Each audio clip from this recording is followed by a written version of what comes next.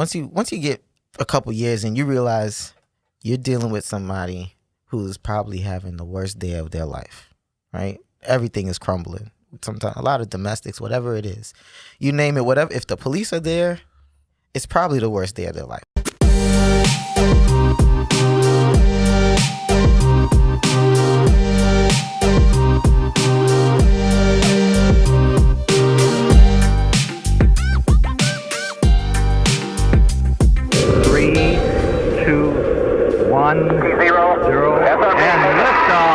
Hey everybody, welcome to this episode of Mission Control. This is your host, Ramon Peralta with Peralta Design, and we launch brands. And we've got, I would say, a very interesting episode because we're going kind of like behind the scenes here. Please help me welcome Sergeant Curtis Subryan from the Mount Vernon Police Department.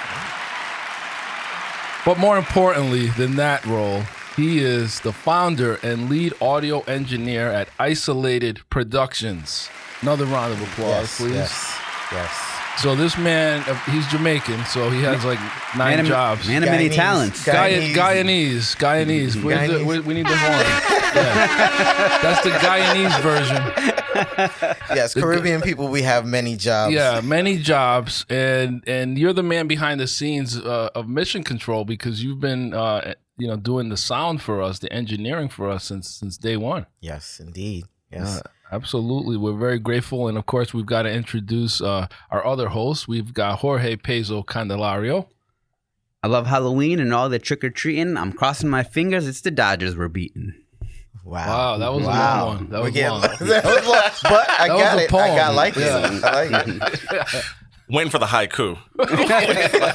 That wasn't my haiku. And we have, of course, the man on the soundboard, Mr. Kevin Atterbury. Good morning. Good morning. Wow. There you go. Okay. He I think he spoke a little. I had to scream that one for Curtis. Was that a scream? That's considered a scream. Okay. Oh my God! So Curtis, thank you for being a stand-up guy and bringing donuts. Because I mean, when you come bearing gifts, you're always welcome. Donuts.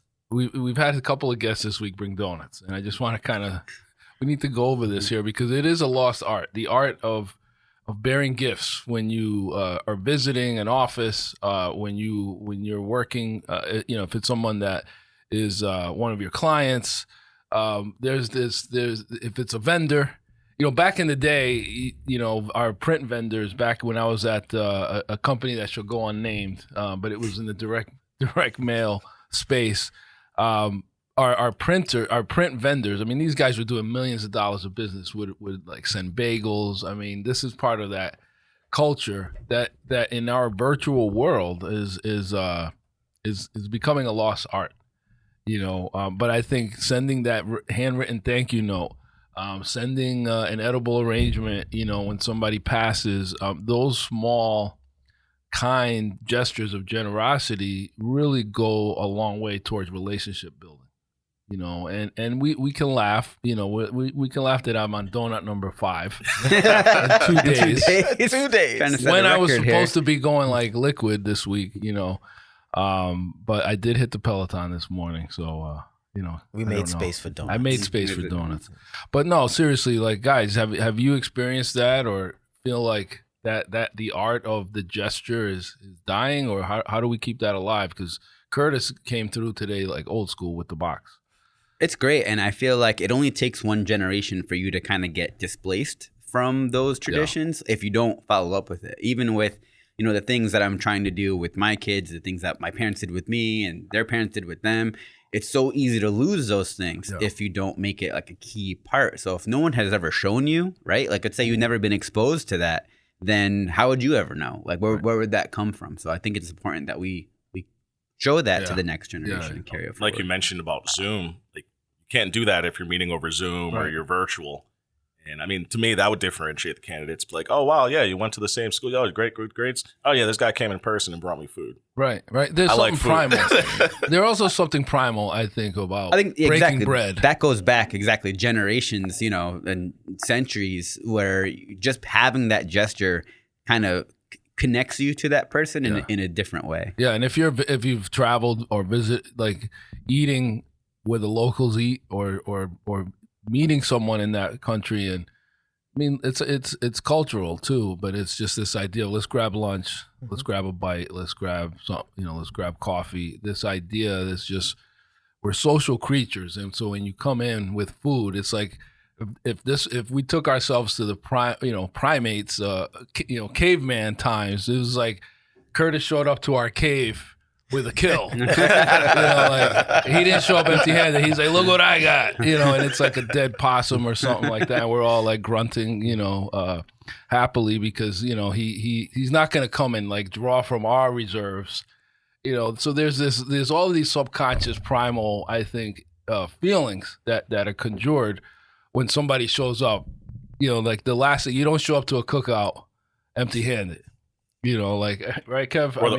I know you take the to-go plates home, but or the people that just show up with plates and napkins. It's like, all right, thanks for like, or the cheap soda participating. Like you get a participation trophy, but it's like the people that bring the mac and cheese, right? Like, right. Right. Exactly. But, exactly. I tried to bring something that I knew everybody loved. Like I know Kevin likes to eat. Yeah. Very food motivated. Well, you could have brought a rotisserie chicken. I could have. And he would have. Yeah. He could have. He'd have been happy. I've heard him get expressive and excited about hamburgers, but it was too early for that. And I'm just gonna let you know, it's never too early for me. It's never too early. It's never too I early. remember the breakfast. If there was a breakfast chicken? breakfast time, like Yeah. what do you eat for breakfast? And I know Ramon likes his sweets. Yeah. Cupcakes versus muffins. Right. Nice. Right. You remember those? So that brings me to those like days. one of the things is that when you bring something, if you are whatever you bring is connected to some of the people there, Yeah. it makes it even more significant. It shows that you listen and you value the people that you're coming to meet with. Right. So I didn't just bring donuts just to bring a gift, right? Yeah. I brought something that I was like, I think these Not guys just like because you're a these. police Yeah. officer either. Oh no. Well, Do you fun find fact that about me, I stereotype love donuts. I mean, like true? that. Before my dad goes back to when I was a child. Saturday morning, he would Yeah. bring donuts after he like laid carpet in some Yeah. factory somewhere, and I would always look forward to Dunkin' Donuts. So I love a lot of donuts. I've tried. We don't have to name. I'm not gonna give any What's free your favorite? promo. But what's your favorite donut as a police officer? Did your like palate get more complex? As far as company or flavor? No, flavor like type. Yeah, like Boston Ramon's cream. favorite. I was gonna say Boston. Boston cream. Just a glazed donut, man. Yeah, glaze. A glazed donut. Because I looked in the box and I was scanning for the Boston cream and I was kind of sad. Oh, fail. Ramon's Yeah. Fail. Do you have a crash button on there? Oh, actually- Come on, where's Hold on, I think we do. Let me see. a fail? I need a fail. That was a fail. We got. Yeah, that'll work. You came down crashing and burning.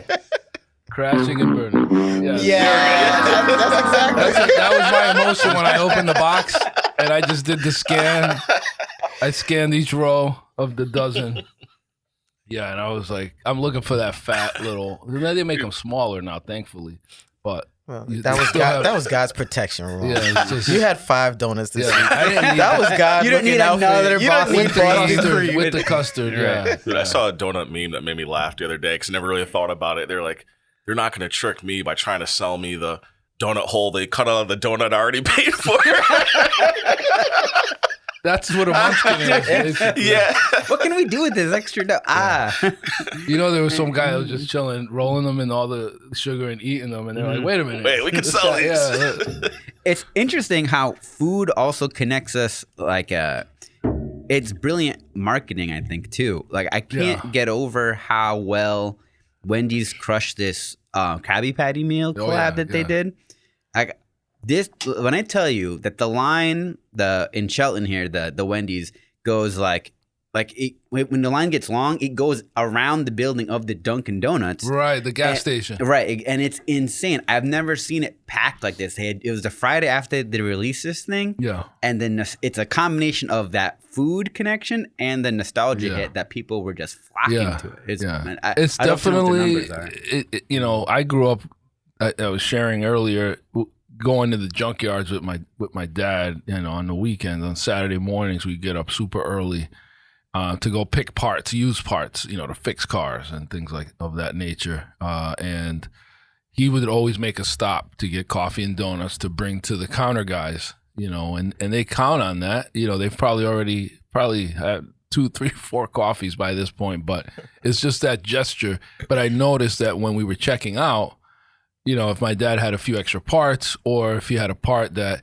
the counter guys would have probably sold at a higher rate, they kind of give my dad a package deal and just kind of like, hey, yeah, sure, you're good. And I could see how it was like his way of buttering him up. He's done this when I was at UB. It was a challenge for me to pay my tuition like every semester, and so I would go to the bursar's office and try to get like, get my dad. My dad would send flowers to the bursar, like stuff like that, like to try to get the stamp, to get registered, to get class, to get a little extension, and it's just a gesture that softens people is probably the word. It lets your guard down. You become more memorable. Like Dan came in yesterday, awesome creative guy. He brought in like 3 boxes of Krispy Kreme. Like none of us are gonna forget that. Right? He could have came in empty-handed and nobody would have expected anything. If he came in empty-handed, you probably would have remembered him from meeting him. I know him. Yeah. But everyone else probably would have been like, oh, who? But now they're like, oh, yeah, that guy brought that in. Guy. Everyone that guy. in the office Yeah. remembers him. Everybody remembers him. And it's just, what is it? It's priceless. Like what was the investment, right? And it goes such a long way. But I think it is a lost art, something that our young people, as they, look, a generation ago, we were saying how people didn't want to go into the gas station, to pay for gas. They wanted to pay at the pump. It's even worse now. Even that generation. I'm going a generation ago to millennials. They didn't want to interact with people. Gen Z even less, because they can do everything from their phones, and they can be snarky. A lot of them are super snarky on social because they've never had to deal with a person that was ready to jack them. It's easy to be snarky online, right? Versus that person that's right in front of you. 99% of them are snarky because they've done the research, meaning they've never left the confines of their keyboard, and they're losing this interaction that can happen face to face, where you're like, I'm gonna respect this or person or deference. He's older. He might be wrong, but I'm not going to call him out in front of everybody. But on social, there's no filter. they're just, whether it's a young person with burning a bridge with someone that could probably guide them for the sake of a post. Like I've seen it happen. Especially like with the remote control hurricanes and all this nonsense that's been coming out, flat Earth, and there's lithium. There's all these theories about the government causing all of this. And if you try to come in at some of these young people and say like, yeah, that's a little bit out there, they'll start dropping all this research that they've, quote unquote, research that they've done online. Which just means I've Googled the thing and found a result that matched my... Because the algorithm's feeding the information that right. everyone else that's typing in this search... right, you're going to see more of that, right? So, but yeah, thank you, Curtis, for No problem. for showing up, being here, and we can't wait to learn about this Guyanese wonder that we have in studio today when we come back right after these words. Hey, by the way, we want to announce a new website that we're launching. It's called brandgreek.com. It's going to have all kind of D9 collateral. So it'll be your source for all things fraternity and sorority. We'll be producing chapter logos, chapter challenge coins, backdrops, step and repeats, retractables, even a website for like a charitable foundation that your organization might have, and more. So come check it out. Visit us at brandgreek.com. 3, 2, 1. We launch brands. And we're back. Please help me welcome one more time Sergeant Curtis Subryan from Mount Vernon Police Department and founder and lead audio engineer at Iceolated Productions. Welcome. Thank you. I'm glad to be here. Straight from Guyana, by the way.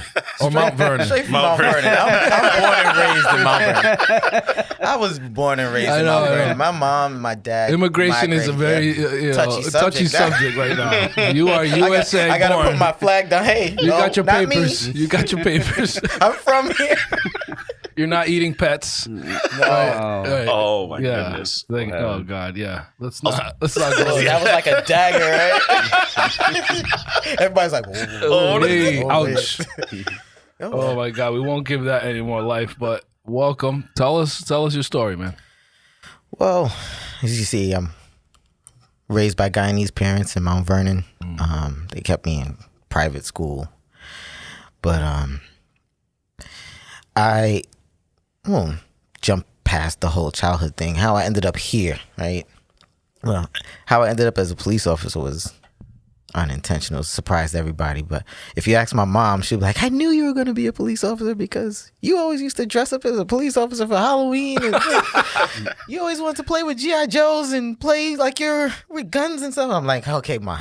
That's... But Every no, kid did I was that. gonna say, my mom only knows her kid.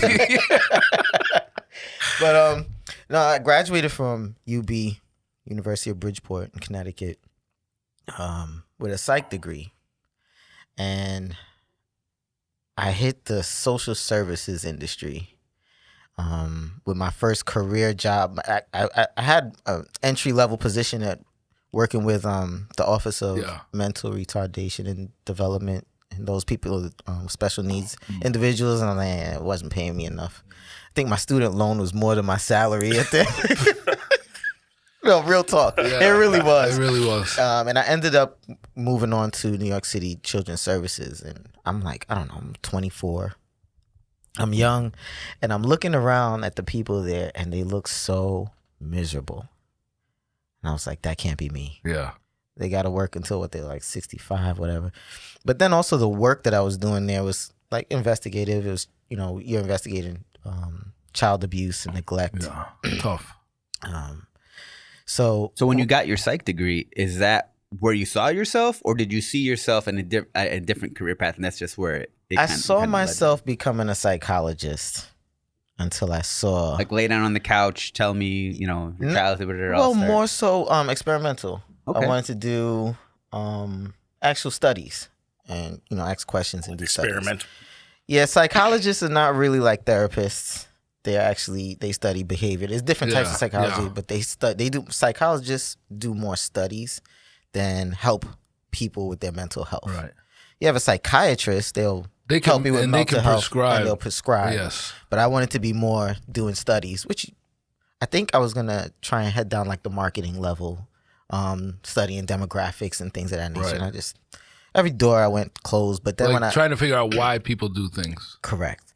But in order for you to get any sort of meaningful job with a psych degree, you got to have a minimum of master's. And I looked back at my student loan and I was like, yeah, I'm not doing this again. I was like, I'm not doing this again. So I ended up in New York City Children's Services. At the time, it was called ACS, doing child abuse and neglect investigations. And Does that require you to go to the home and stuff? Yep. Field work. Yeah. And a lot of typing. I remember one day I did like 24 hours because in the 19th hour, I get some kid, I needed to remove a child, and that's a long process. So long story short, yeah, I looked around, I was like, these people don't look happy at all. I cannot see myself like this. I don't want to do it. And I'm like, but I'm really doing investigations and just don't have a firearm. Like doing investigations. But I went back into my childhood, and I always used to look at DJ equipment, and I wanted to DJ. My mom had me in and out of the piano. It was like one of those things you couldn't approach a Caribbean parent and say, Ma, I think I want to do music for a living. I want to play with, play music for people for a living. They'll look at you like, what? Yeah, right. What? I think you had a guest on here. I think I'm editing. Somebody, I think they were of African descent. It was like, you can't tell your African parents that you're going to go do this. They'd be like, what? No, you need to become a doctor, a lawyer. Those are your only three options. Right. So, yeah, it's similar in Caribbean culture when they migrate here because they just want to see you successful. Right. So I used to idolize, DJ equipment, and I used to get the books coming to my house, but I could never ask them, hey, Mom, can I get some money to order some equipment? And so why I'm saying that is because I quit New York City Children's Services just out of nowhere. I was like, Mom, quitting. I'm going back to school to be an audio engineer, which was a certificate program, but you can become a professional engineer. And I'm probably about 26 around this time, in age. And I finished the program. We're talking about back 2009 or something like that, 2010. And that was the worst time to try to become an audio engineer. Why? All the studios were closing down. The famous studios like Chung King Studios. I mean, if those like famous people would go record at Chung King. I don't want to say the wrong thing on record, but I think there's a few shots fired there, stuff like that. Back in the days that we might have heard sound about. Effects, right? All of those big ones. studios, huge studios were closing down one by one. I couldn't find an internship. So my internship ended up being at SiriusXM Radio and at MS Communications, which back then was Hot 97 and Kiss FM 98.7. Which, all right, so this all comes full circle. BLS. I was at SiriusXM Martha Stewart Living Radio, which is all talk. They talked about recipes, famous chefs. Kevin would have loved it, right? I would walk into work at about 5 a.m. and they'll be like, I don't know, hordes of peanut butter and co peanut butter. Just take one. It would be like meatballs from the meatball guy down in Soho. All these famous chefs would come in there. They would send food in, But it was all talk editing. Very dry, no sound effects, just all talk editing. And from there, I would leave to my second internship, which was Hot 97 at Kiss FM for the midday show with Shayla from 10 to 3. So I had really long days and zero money because I'm not getting paid for any of this. This is all unpaid? All unpaid. SiriusXM, later on got sued and I got some money back for, I guess, free labor. Some class action lawsuit that I ended up getting paid for. But so that's where I learned how to edit. I mean, not only in audio engineering school, they take you through all the meats and from soup to nuts, everything. I was about to say meat and potatoes. I don't know where that came from. But anyway, they teach you how to edit. They teach you how to mix, EQ, all the equipment. Did you find you had any kind of natural talent for this, or this is all things that you picked up on the job, or on the, during the program? I don't know if it's natural, but as a child, I didn't go through my whole childhood story, but I sang in the choir, so you learn how to hold a tune. My mom kept us in and out of piano. You hold, you learn what things sound like. Being Caribbean, I mean, you just naturally on beat anyway. On beat, yeah. Yeah. Well, it turned into a lot of math, and I was really bad at math. And you're like, oh no, this isn't what I signed up for. Yeah, exactly. It was a lot of you're borderline. So when you start off in that program, you're not doing anything with music. You're doing electrical engineering almost. You're learning signal flow. Wow. You're soldering mic cables and making mic cables and stuff like that. Yeah. You're learning how to solder. And then you grow into, the EQing part and the stuff that everybody hears. But there's an actual science to audio engineering. Right. We'll talk more about that. Engineer, right? Because that's that part. I'm in my feelings a little bit about this, right? Side note. Somebody we know, a mutual friend of Ramon and I. No disrespect to this person, but you're giving me content here. He puts a post on social media, and I'm like, bro, I love you, but this doesn't sound good. I love the content, but it doesn't sound good. You need somebody who's gonna clean up your audio. I said, all those videos we see on social media, they're treated before they post them. They're not just on their phone like, hey, all right, post, And he's like, all right, cool. Couple hours later or a day later, whatever it was, he's like, how does it sound now? I'm like, oh, it sounds a lot better. What'd you do? He's like, I found a trick. I'm like, well, what's the trick? Basically an AI, Adobe something podcast edit. And I'm sitting there like, really? Come on. It doesn't sound that good, but it sounds good. And then fast forward, another guy, they a podcast, they want you to work for free because they don't value Right. the actual educational work that you have to put in, how much toilets you have to clean before you got a chance to mix on the board, right? Anyway, where did I leave off of my story? Your So Hot 97. Yeah, You're Hot interning. 97. That's what made me, able to do this, what I do with you guys. That's a great. I don't want to like gloss over like getting an internship at XM is pretty huge. and MS Communications because Shayla.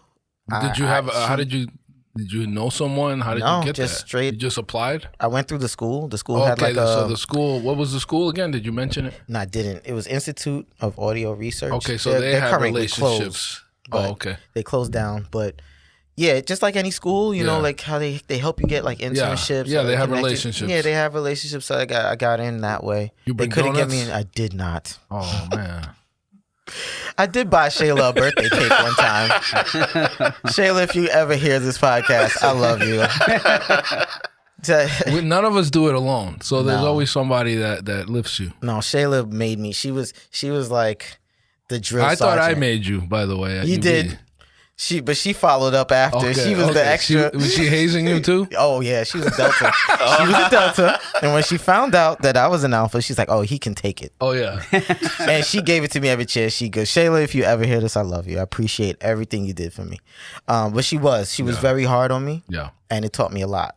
So that I translate those skills into podcast producing now. So the timing of music, people don't know how smooth the thing sounds and why it sounds that way. They just hear it until you hear something bad and you're like, well, this doesn't sound Right. good. And Shayla taught me that. So like, when I bring you in over music, I don't just bring you in, at any point just to bring you in. It goes on beat with the music, and things of that nature.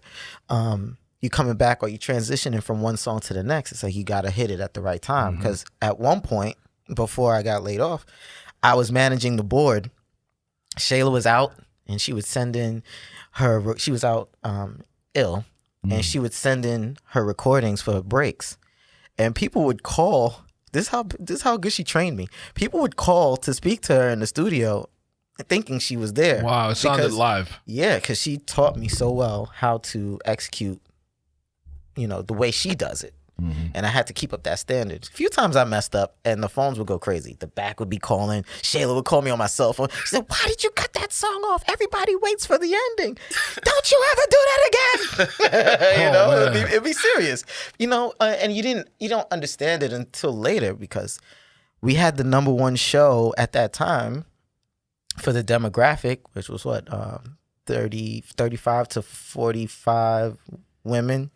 Demographic. It's the number one show in the tri-state area. People are listening from all over, all the offices everywhere.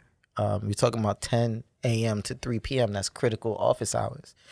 So when you mess up a song, you make any mistake, everybody hears it in the tri-state area. That was a lot of pressure for me, just learning this, right? At what point did you break into music? Because you released an album.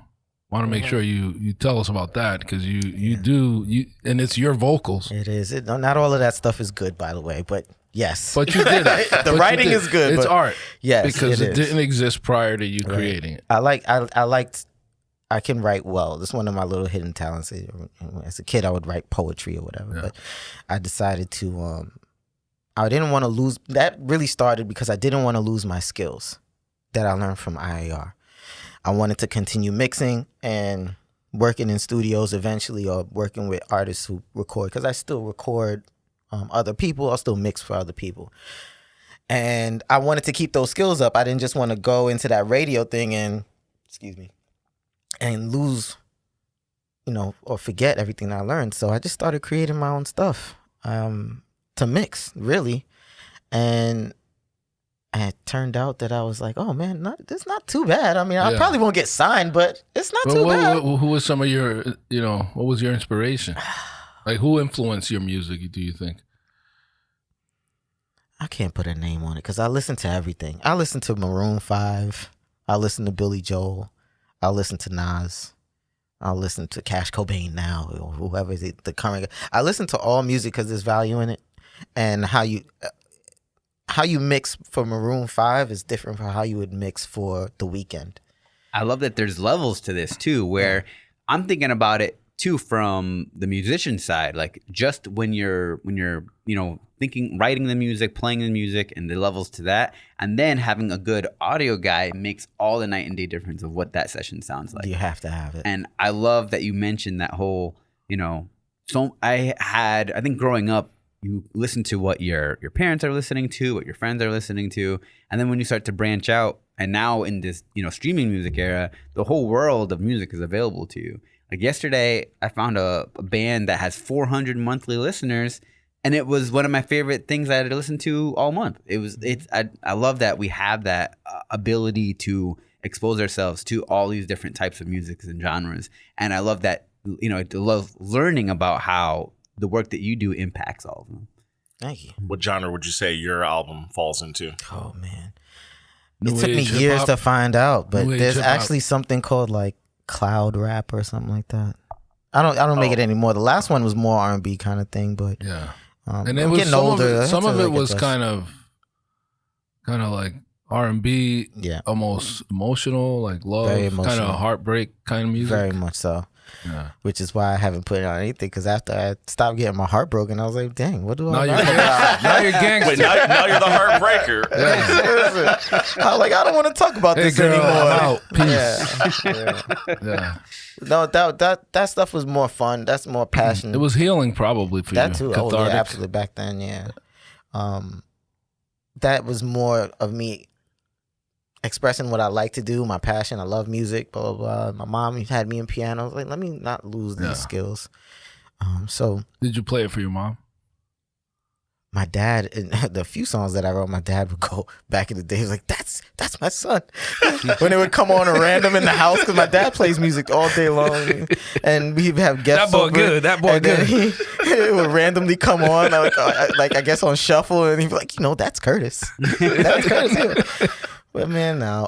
The last thing I wrote came out last year. I started collabing with. I started going to like songwriters camps, Okay. and things of that nature, because I was like, all right, lyrically, I'm not too bad with songs.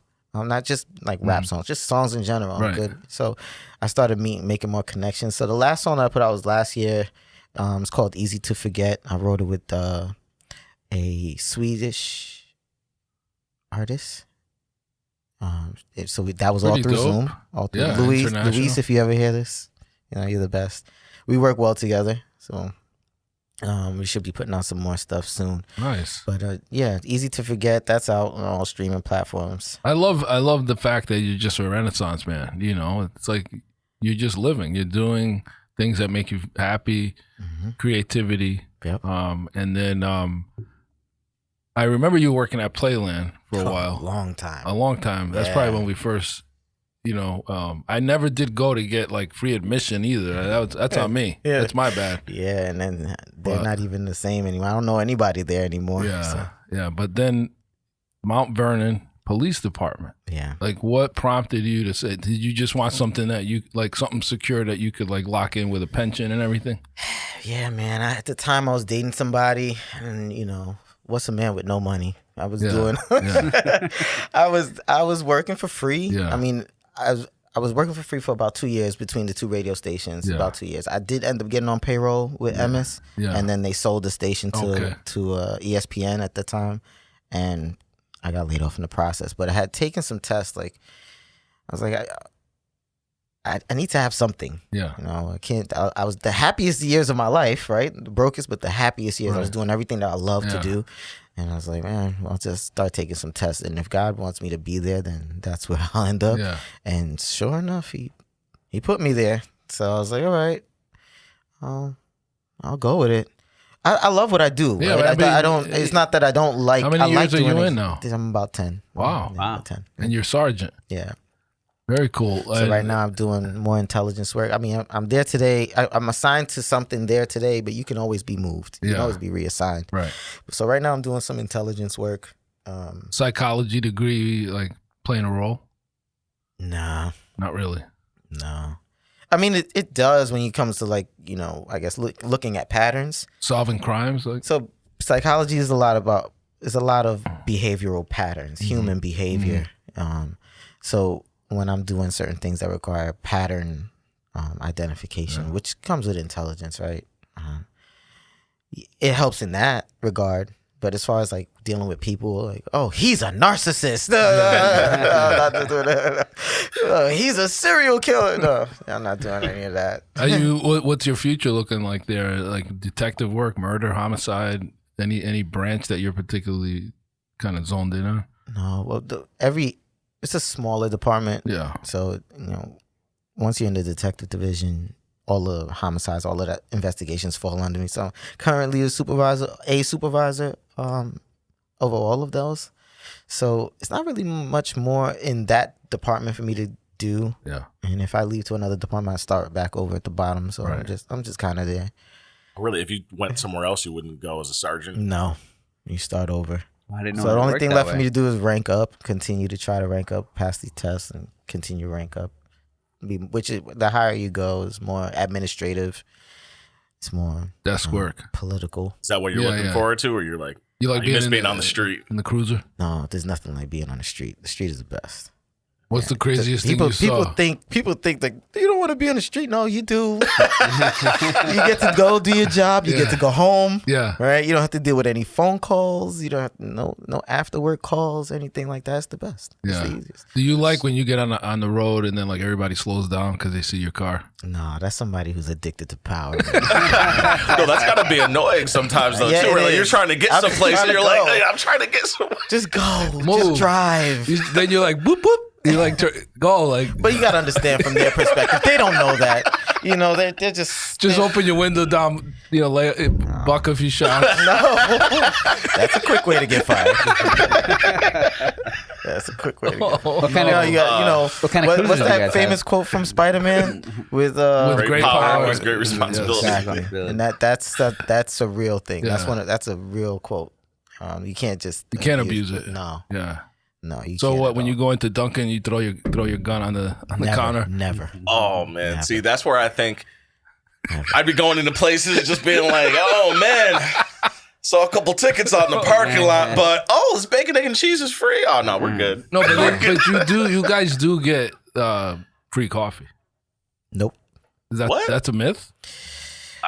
First We are not responders. allowed to take anything for free. Well, That's- discounted, right? I mean, I know a lot of Gotta places. remember, we are on record here, guys. Oh yeah, If you go into This any is called place, entrapment. Entrapment. if you go any place, if there's any police officers who listen to this that may have just started the job and they Yeah. don't know, if you go anywhere and they give you anything for free, Yeah. you should at least put down some money.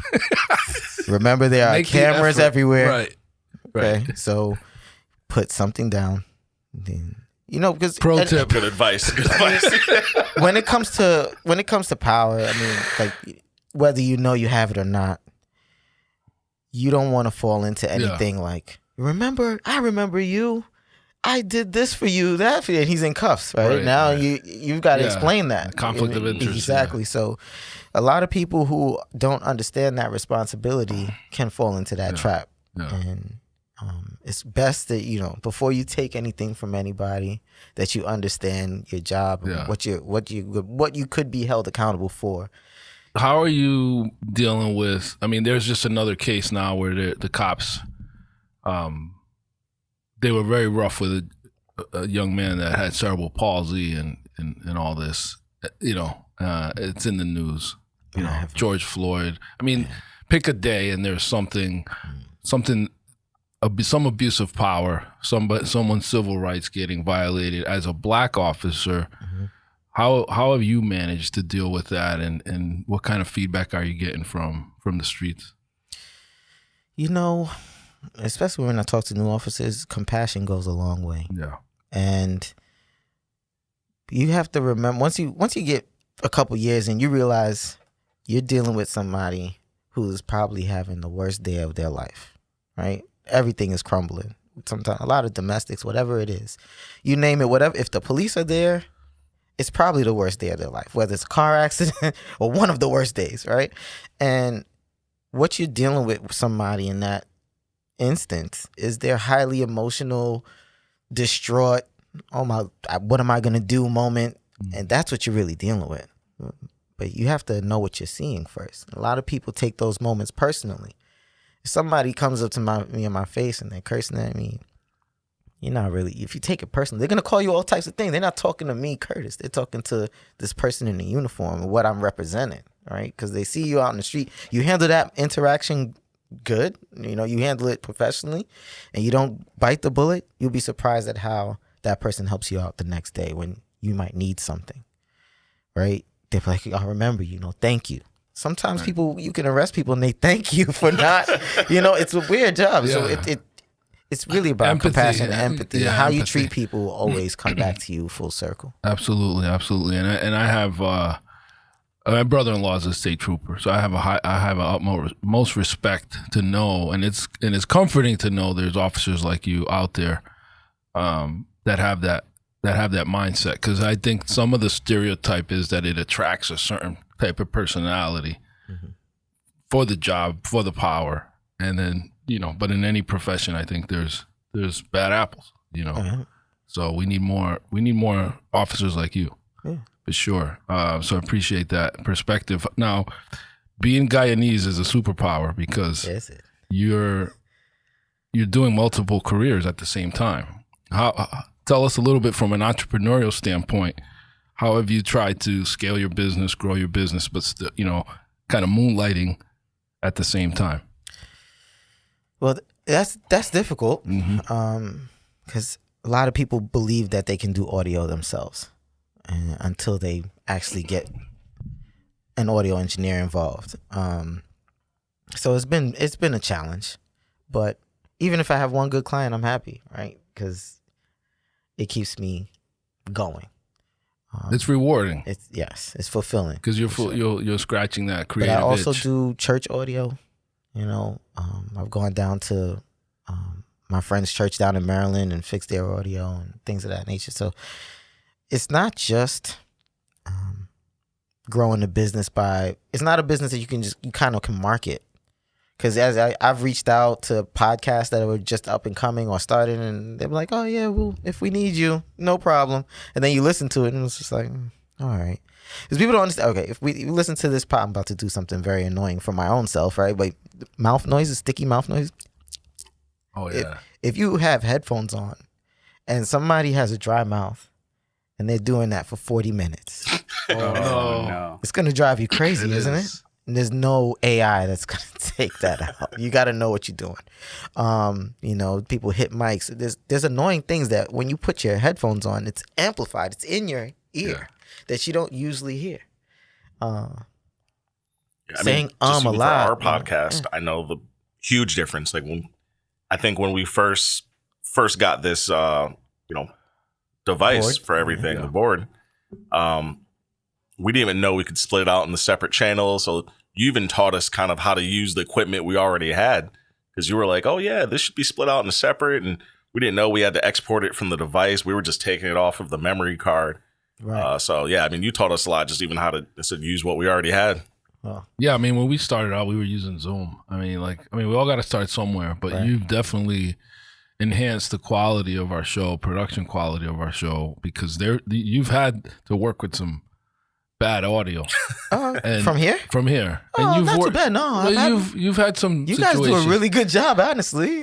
Yeah, but for example, like we had a guest from Oregon in our last recording, and you kind of had to work with audio that make the best of it. Yeah.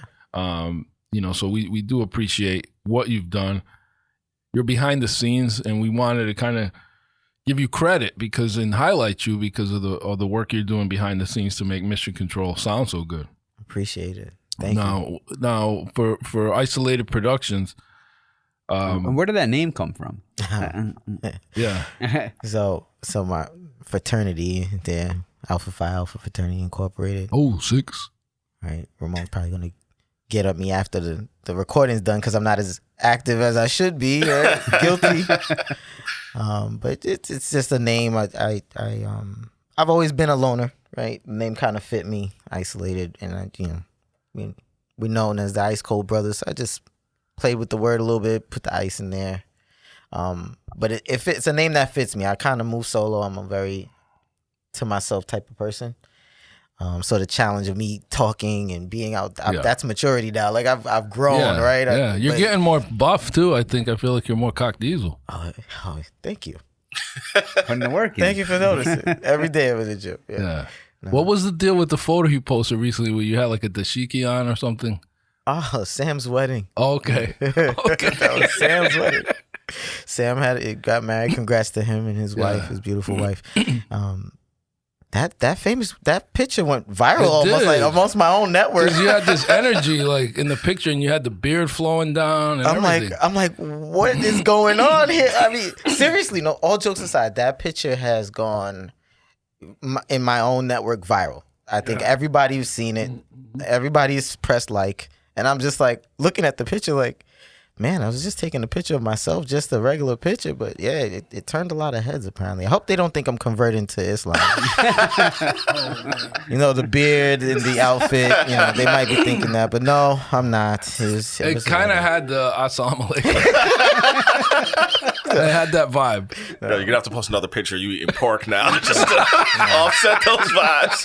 I know. My Pork church ribs. family and people who know me would be like, man, just a year ago, he just got baptized, and now all of a sudden. Yeah. What is going on with Curtis?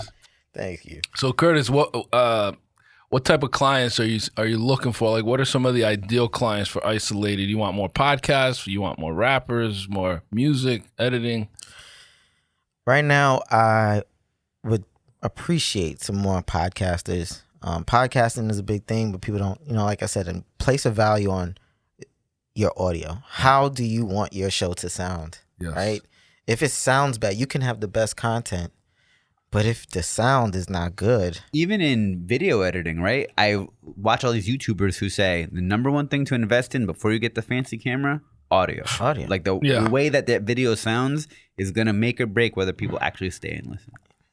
Looking at something bad and hearing something bad is two different experiences, and most people cannot deal with something that doesn't sound good for very long.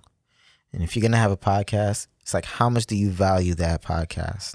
You should invest in some good audio. But I would take if you're struggling with anything, if you record music, you want to sing, whatever it is, I'm your guy. I can help you out. Okay. All right. Well, how can people find out more, and how could they get a hold of you? Oh, my email address is pretty long, but it's isolated1@gmail. You can send me an email. Can you spell that? Because it is funky. ICEOLATED, then the number 1@gmail. But anywhere you want to find me on the internet, you just type in that Isolated One, you'll find me. I've done something right? I've made sure that you can always find me. You built the brand. If you go on your PS5 and you type in ISO, you're definitely going to be. If you see me kill you in Call of Duty, you see ISO, I got to add you now. it's me. Yeah. It's me. Oh, wait, do you have a website? I don't. Oh, wow. If I only know you some knew guys that people can help who make you. websites. I So think Oh, somebody. man. I wonder who could do that. And by the way, this entrepreneurship's in your DNA because your mom. I need to ask about how her clothing line is doing and all of that. Well, she's getting older now, so she's retired. And But what's it called? Curvy? Something curvaceous. Curvaceous. Shout out to Curvaceous brand. Yeah, she stopped. She was doing, so just for anybody who knows, she was doing like, everybody's shaped different. Yeah. So she was making clothes that would fit different shaped women. Yeah. So you don't want to have that things bunching up in areas and the skirt won't be going this way, that way. So she specialized in that. My mom's a seamstress, but she's getting older. She's slowing down. Okay. Well, now it's up to you to continue to carry the torch forward for the Guyanese people. Yes. If only I knew how to sew. Only knew That's how to your be a next seamstress. task. Yeah. Exactly. Hopefully So there's a secret book somewhere my mom left with the secret code of how to sew that can, get somebody else to do it and I could just manage it. Yep. You'll find it. Keep looking. It's a buried treasure somewhere. It's like national treasure. Right. He's like blowing the dust off of this box. But anyway, man, appreciate you everything you're doing for Mission Control. You're a big part of our team. We always highlight this regular crew, but we wanted to make sure that we highlighted you and that people know that you're the man behind the scenes making it sound good. I appreciate you guys. It's All right, always a my man. pleasure. Keep up the great work. Thank you. All right, everybody. Thank you for listening to this episode of Mission Control. Until next time, this is your host, Ramon Peralta with Peralta Design, and we launch brands.